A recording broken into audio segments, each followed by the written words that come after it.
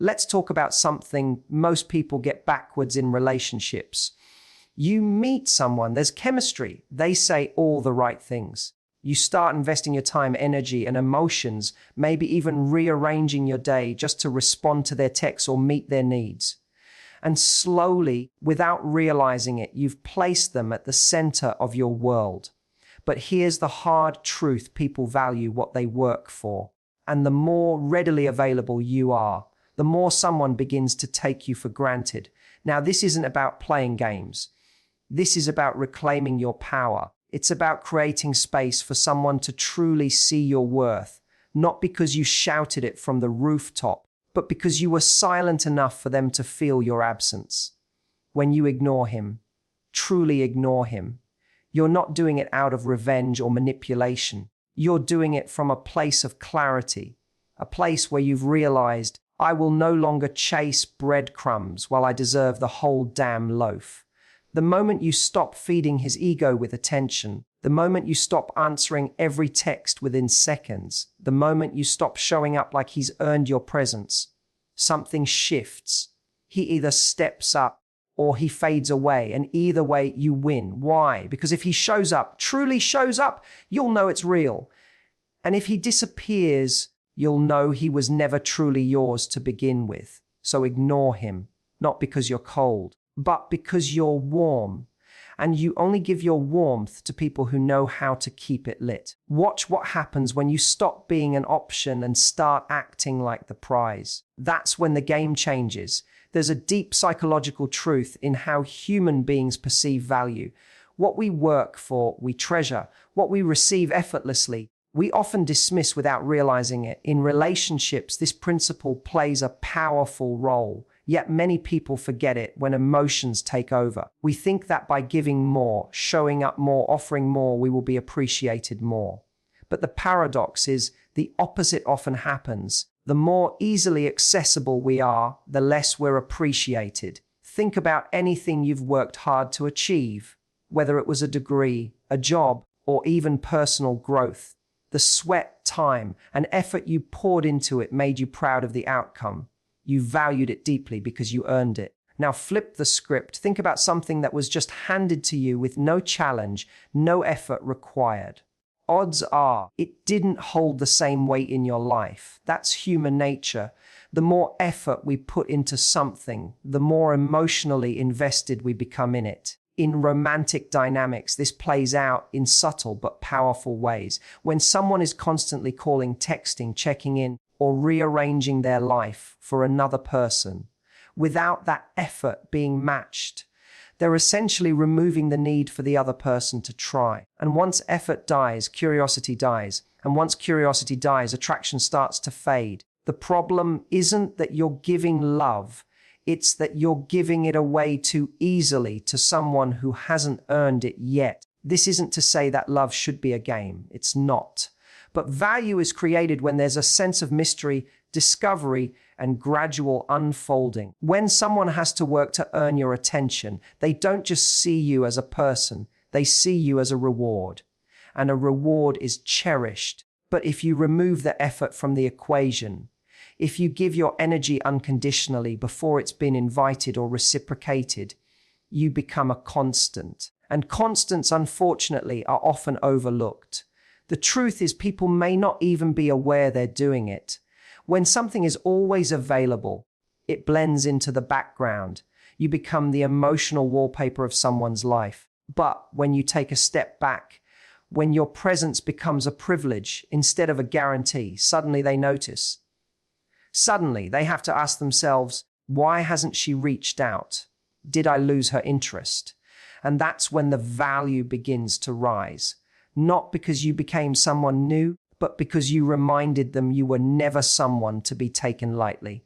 The discomfort of distance is where realization often lives. And that realization is powerful. When someone has to put in effort to be close to you, they evaluate your worth through the lens of their own investment. And what we invest in, we hold on to. So when you stop being so easy to reach, when you pull your energy inward and focus it on yourself, you shift the entire dynamic. You no longer chase, you attract, and in that attraction, value is created organically. When people hear the word ignore, their minds often go straight to harshness or manipulation. But in the context of self, respect, and emotional boundaries, ignoring doesn't stem from bitterness. It stems from awareness. It's not a tactic to punish someone. It's a decision to remove your energy from a space where it's being undervalued or overlooked. That's not cruelty. That's clarity. It's choosing to no longer entertain confusion, mixed signals, or emotional laziness. There comes a point in any connection where you need to step back, not to hurt the other person, but to protect yourself. When communication becomes one-sided, when your presence is taken for granted, when their effort starts to dwindle, ignoring is a way of pressing pause. It's how you assess reality without the noise of words that don't match actions. It gives you a silent moment to ask, what am I really receiving here? What am I clinging to, their effort or just my own hope? Ignoring, in this sense, is not coldness. It's calm. It's the peace that arises when you stop trying to force clarity from someone else and start creating it within yourself. By choosing silence, you break the pattern of constantly showing up, constantly proving, constantly fixing. You stop being the only one keeping the connection alive. And that silence, that absence, becomes a mirror. It shows you what they're really willing to do when you stop doing everything. This silence isn't passive. It's a boundary. It communicates more than words ever could. It says, I'm no longer available for inconsistency. It says, if you want to be in my life, you need to act like it. It creates a moment where they have to choose. Either step forward with intention or fade into the background. And that choice, that's the clarity you've been searching for all along. It doesn't come from talking it out endlessly. It comes from stepping back and watching what remains. Many people fear ignoring someone they care about because they think it means they're being heartless. But the real question is, what's more heartless? Protecting your peace or continuing to give your heart to someone who doesn't know how to hold it? Sometimes the kindest thing you can do for yourself is to stop giving love in places that drain you. You're not being mean. You're being mindful. You're choosing truth over attachment. And that takes courage. When you stop reaching out, stop initiating, and stop responding to half-effort attention, you're creating a powerful space, a space where real effort has the chance to appear or not. And whatever happens in that space is your answer, not because you forced it, but because you made room for it to reveal itself. Ignoring, then, becomes less about distance and more about discovering what someone truly feels when your energy is no longer fueling the connection. In today's world, attention is one of the most powerful forms of currency. Just like money, it's limited. Just like money, it holds value based on how and where it's spent. When you give someone your time, your thoughts, your energy, even in the form of a text reply, or a just checking in message, you are making an investment. And like any wise investor, you need to ask yourself, is this giving me any return? Because pouring your attention into someone who isn't reciprocating is like pouring water into a broken glass. It never fills. People tend to underestimate the power of their attention because it feels so natural to give it away, especially when emotions are involved. You might think that one more message will finally spark interest, or that one more thoughtful gesture will finally make them see your worth. But if your attention is met with indifference, excuses, or inconsistency, all you're doing is training them to believe they don't have to try. And once that belief sets in, they will stop valuing what you offer. Not because you're not enough, but because you're giving too much for free. Let's put it this way, if someone knows you're always going to be available, emotionally, mentally, or digitally, then they no longer feel the urgency to invest. Why would they? You've removed the need for effort. That constant access to your attention becomes routine, and routine becomes background noise. Your messages no longer excite them. Your calls no longer stand out. And the tragedy is, you're doing all of this from a place of care while they're becoming more and more desensitized to it. But when you pull your attention back, not out of spite, but out of self-worth, You create contrast. You remind them what it feels like not to have you constantly pouring in. And in that space, they either wake up or walk away. Either way, you regain something valuable, your focus. Attention that was being wasted on someone unsure now becomes attention you can redirect toward yourself, your growth, and people who actually reciprocate. Think of it this way: if someone gave you a gift every single day without you asking, without you earning it, eventually you'd stop seeing it as a gift. You'd see it as expected. The same goes for your emotional energy. Your presence should never feel like a given. It should feel like a gift, a rare, thoughtful, genuine offering that's only available to people who treat it with care. If someone doesn't understand that, it's not your job to convince them. It's your job to stop offering it. When you become intentional with where your attention goes, you stop bleeding energy into dead ends. You stop exhausting yourself trying to prove your value to someone who hasn't earned front row access to your life. You become selective, and in that selectivity, you gain strength. You learn that real connection doesn't need to be forced. It flows naturally when both people are investing equally. And until that happens, your attention is better spent on building a life that doesn't revolve around anyone else's validation. When you're constantly present in someone's life, texting, calling, reacting to stories, showing up emotionally, it creates a rhythm they grow used to. That rhythm becomes predictable, even comfortable. But here's the twist: when something becomes too predictable, it often fades into the background. The same message that once brought excitement now feels routine. The same voice that once turned heads now becomes one among many. Presence, no matter how genuine, can become invisible if it's always expected and never missed. That's why absence can sometimes speak more powerfully than words ever could. When you pull back, when your voice, your attention, your energy suddenly go missing, it creates a noticeable void. And in that silence, something interesting happens. The other person is forced to feel. They're no longer receiving your comfort on demand. They're no longer fed with consistent validation. They have to confront the space you once filled. And that space is louder than anything you could say out loud. The human mind doesn't always react when something is present. It reacts when something disappears. It's in the sudden emptiness that reflection kicks in. Was I taking her for granted? Why hasn't she called? Did I matter more than I thought? Your absence triggers questions that your presence couldn't. And those questions are what make someone re-evaluate how they treated you.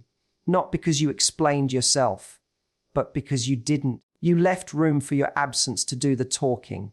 Absence changes the energy dynamic. When you're always available, the power tilts in their favor. They get used to being on the receiving end of your emotional investment. But when you step away, that balance shifts. Suddenly, they're not in control of the interaction anymore. They're left wondering, overthinking, even reaching out.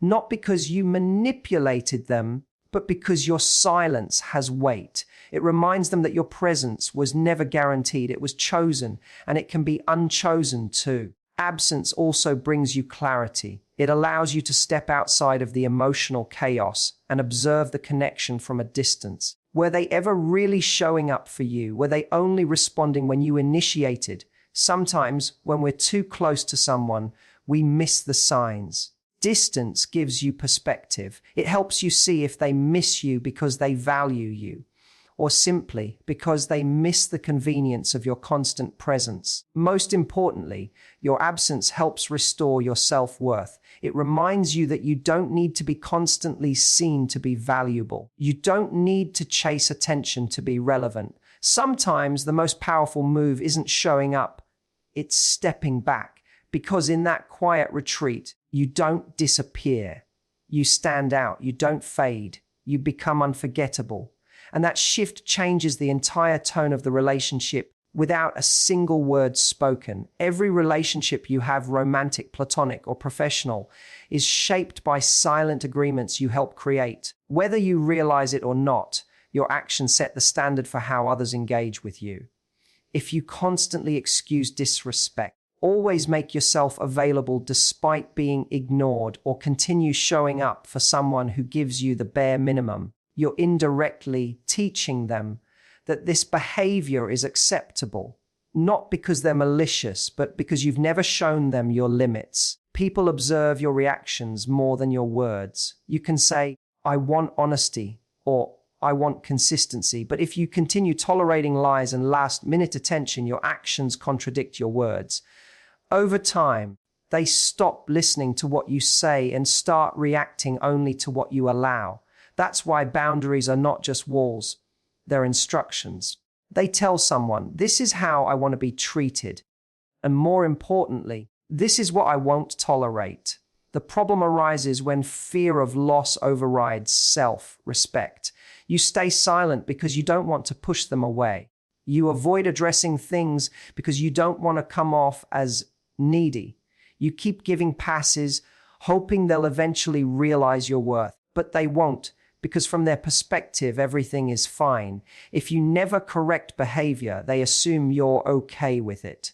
So without even knowing it, you reinforce a cycle where your needs are consistently ignored. You also teach people through your consistency, both in how you treat yourself and how you let others treat you. If you always come through for others, but never come through for yourself, they learn that you prioritize them over your own well-being. If you drop everything to respond to their messages, but they respond on their own time, they begin to believe that your time is less valuable.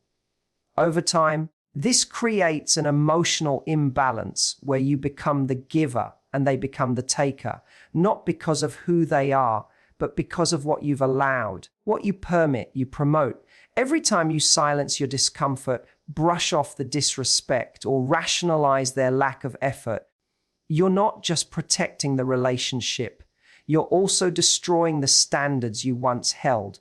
You may think you're being understanding, patient, or loving, but in reality, you're slowly eroding the line between empathy and self-abandonment. And once someone learns that you'll stay no matter how little they give, they have no reason to give more. Teaching someone how to treat you doesn't always require confrontation. Sometimes it's in the way you stop overextending. It's in how you respond with silence instead of reaction. It's in how you start matching energy instead of overcompensating. These subtle shifts send strong messages. They say, "I know my value. I'm not here to be used.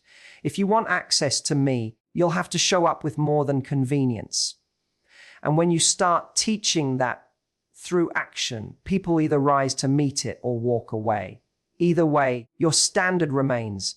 There's a quiet, undeniable strength in being able to walk away from anything that doesn't serve your peace. That strength doesn't come from coldness, and it doesn't come from arrogance. It comes from detachment. Detachment isn't about not caring. It's about not clinging. It's the ability to stay rooted in your worth, even when someone's presence in your life becomes uncertain. When you detach, you don't stop feeling. You stop letting those feelings control your every move. Dependence, on the other hand, is where emotional chaos begins. When your sense of self starts to rely on how someone else feels about you, you give away your power. You begin to measure your value by how often they text, how fast they reply, or how much attention they give. Suddenly, your mood is dictated by their inconsistency. And before you know it, you're no longer just in a connection. You're in a silent competition with yourself to constantly prove your worth, just to keep their interest. Detachment is the moment you realize you don't need constant validation to feel secure. It's the shift from, "I hope they like me," to, "I hope they're aligned with the standards I've set for myself." It's no longer being addicted to potential or stuck in fantasy. Detachment helps you see clearly, is this person actually showing up for me, or am I just emotionally high off the idea of who they could be? When you detach, you stop feeding illusions and start facing what's real. And that's where true confidence is born. It's a myth that power in love comes from who cares less. Real power isn't about emotional withdrawal. It's about emotional discipline. When you detach, you still care deeply, but you refuse to lose yourself in the process. You stop performing for love and start attracting it by being whole, steady, and unshakable in your energy. You don't chase, you don't beg, you simply align. And anything that doesn't match that alignment fades. Not because you forced it out, but because it couldn't survive in your clarity. Detachment doesn't mean you walk around guarded or distant. It means you can participate in love without being consumed by it. You can enjoy someone's company without making them your emotional center. You can communicate with openness while still protecting your space. It's the balance of vulnerability and boundaries. And once you find it, you no longer tolerate connections that drain you, because your peace has become too expensive to give away for free. When you live from detachment, you reclaim the power you once gave away. You stop showing up for crumbs. You stop twisting yourself to fit into someone's blurry vision. You become the kind of person who doesn't wait to be chosen, because you've already chosen yourself. And from that place, everything begins to change. Not because you fought harder for love, but because you finally stopped needing it to feel whole. One of the most exhausting traps people fall into in relationships is the constant effort to prove they're worthy. You try to be more understanding, more available, more forgiving, all in hopes that the other person will finally see how valuable you are. But the truth is, when you're busy proving your worth, you're usually giving it away to someone who hasn't even asked to earn it. You begin to overextend, overgive, and overcompensate, not because you're unworthy, but because you've forgotten that real worth doesn't beg to be noticed. It stands tall, whether others see it or not. The problem with trying to prove your worth is that it puts you in a position of emotional dependency. Your sense of value becomes tied to someone else's approval or recognition. You wait for validation, you chase it, and in doing so, you slowly silence the voice inside that says, I am already enough. This kind of proving becomes a cycle. The more they pull away, the more you try to show them you're worthy of staying. But every time you do that, you're not building love. You're building resentment and insecurity within yourself. Protecting your worth looks very different. It's not loud. It doesn't demand attention. It quietly says, I know what I bring to the table, and I'm not afraid to eat alone if I have to. It's the decision to walk away from conversations that devalue you, to stop chasing people who give you mixed signals, and to choose your peace over temporary validation. Protecting your worth means setting standards and sticking to them. Even when it's uncomfortable, even when you're tempted to settle for less just to feel something instead of nothing. Many people confuse silence with weakness, but often it's the most powerful form of self-protection. When you no longer explain yourself to people committed to misunderstanding you, when you no longer chase someone who keeps you guessing, you shift the energy.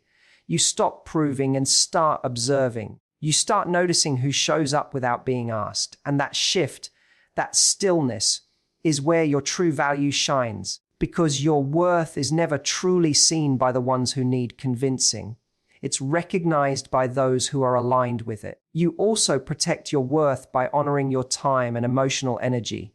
You stop pouring endlessly into people who don't pour back. You recognize when your effort is being reciprocated and when it's being taken advantage of. And you begin to filter who gets access to you, not out of arrogance, but out of self-respect. You're not cold, you're clear. You've simply learned that your emotional availability is a gift, not a guarantee, and it shouldn't be handed to someone who's unsure about what they want. When you live from a place of protecting your worth, you no longer feel the urge to beg for attention or over-explain your value. You become rooted. You become still. You know that the right people won't need convincing.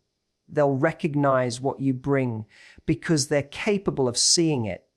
And those who don't, you let them go, not with bitterness, but with peace, because you've realized your worth isn't up for negotiation. It's already been decided by the way you choose to treat yourself. In the noise of constant communication, it's easy to blur the lines between real connection and emotional habit. We often stay engaged with someone, replying, reaching out, showing up because we're afraid of what might happen if we stop. But that fear is exactly what keeps us trapped in confusion. When you stop talking, stop chasing, stop feeding the interaction, you allow space. And in that space, truth reveals itself. Not because you forced it, but because silence stripped away the distractions. Silence has a way of making people reveal who they really are. When you remove your energy from a dynamic, you're no longer keeping it alive. That absence becomes a test. Will they notice? Will they care? Will they step forward on their own? Or will they stay silent too? Their response, or lack of it, becomes your answer. You don't need to ask where you stand. You simply create the space for them to show you. Silence, then, becomes a filter, separating the genuine from the convenient. In constant communication, people can hide behind charm, distraction, and temporary effort. They can text when it's easy, call when they're bored, or say sweet things without any real intention behind them. But when you go silent, there's no longer a stage for performance. You stop participating in the performance altogether, and the person is left to show you whether their connection with you was real, or just something they enjoyed when it required no effort. Silence also gives you something most people don't realize they need: perspective. When you're in a cycle of giving, explaining, overthinking, and fixing, you can't see the situation clearly. You're emotionally invested, and that investment clouds your ability to be objective. But silence gives your emotions a chance to settle. It gives your mind a chance to breathe. It gives you time to see if the connection was truly mutual or if you were carrying the weight of it alone. You'll find that in silence, your intuition becomes louder. Without constant noise, your inner voice has room to speak. You begin to recognize patterns you once ignored. You remember moments that didn't sit right. You realize how exhausted you were from constantly keeping things afloat. And instead of searching for more signs, you begin to see the ones that were always there. The signs you overlooked because you were too busy trying to hold everything together. The beauty of silence is that it invites clarity without confrontation. You don't have to beg for honesty or fight for answers. You don't have to plead for attention or ask someone to show up. You simply step back and watch. You observe who notices your absence, who fills the space, who makes the effort, and who fades. That quiet space between noise and reaction, that's where truth lives. And once you learn to find peace in that space, you stop fearing silence and start using it as your most powerful tool. There's a common misunderstanding that love means constantly showing up, proving yourself, and going the extra mile to win someone's affection. But real love doesn't require chasing. And when it does, it often isn't love at all. Chasing comes from fear of losing someone, fear of being forgotten, fear of not being enough. And when your actions are rooted in fear rather than mutual respect and connection, you slowly begin to lose parts of yourself in the process. Chasing always puts you in a position of imbalance. You're the one texting first, making plans, keeping the connection alive, while the other person simply receives.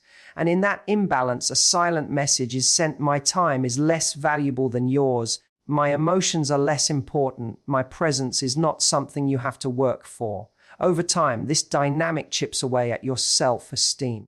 You begin to associate love with effort, not shared effort, but yours alone. And that's not sustainable. True connection flows both ways. It doesn't need to be forced. If someone genuinely cares, they don't need to be chased. They'll show up not just when it's convenient or when they feel like it, but consistently. When you stop chasing, you open the space for that consistency to either appear or disappear. And either outcome tells you something important. You learn what's real and what's only being held together by your effort. What many don't realize is that chasing doesn't just hurt your confidence. It also pushes the other person away. The more you try to prove your worth, the less they feel the need to earn your attention. Your effort becomes expected, not appreciated. And in some cases, it even becomes annoying or overwhelming. Because when someone hasn't asked for your pursuit, they might feel pressured rather than flattered. And suddenly, What you meant as love starts to feel like noise. You deserve a relationship where energy is mutual, where you're met halfway, not left hanging at the edge of someone else's emotional availability. Chasing robs you of that possibility. It keeps you stuck in a pattern of trying to earn love instead of receiving it freely. And the longer you chase, the more you forget what it feels like to be chosen without effort, to be valued just as you are, not because of how hard you tried, but because of who you are naturally. Every time you chase, you step away from your power. You abandon your worth to pursue someone who may not even be capable of seeing it. Love doesn't look like anxiety. It doesn't feel like desperation. It's not measured by how much you sacrifice. Real love feels steady, mutual, and safe. So when you catch yourself running after someone emotionally or mentally, take a step back. Because chasing isn't the path to love. It's the detour that leads you further away from it. Everything about how people perceive you begins with how you perceive yourself. When you carry yourself like you are the prize, with grace, confidence, and standards, you set the tone for how others will engage with you. People respond to energy. If your energy says, I know my worth and I don't chase validation, then you naturally draw in people who either respect that or feel too intimidated to waste your time. Either way, you protect your peace by how you carry your presence. Acting like the prize isn't about ego or arrogance. It's about quiet certainty. It's the calm assurance that you don't have to perform to be loved. You don't have to overextend to be chosen. You don't need to constantly prove your worth. You are worthy because of who you are, not because of what you do for someone else. That energy is magnetic. When you sit in that space of self-respect, you naturally raise your standards, and those standards become a filter for who stays and who drifts away. Too often, people lower themselves in an attempt to be more likable.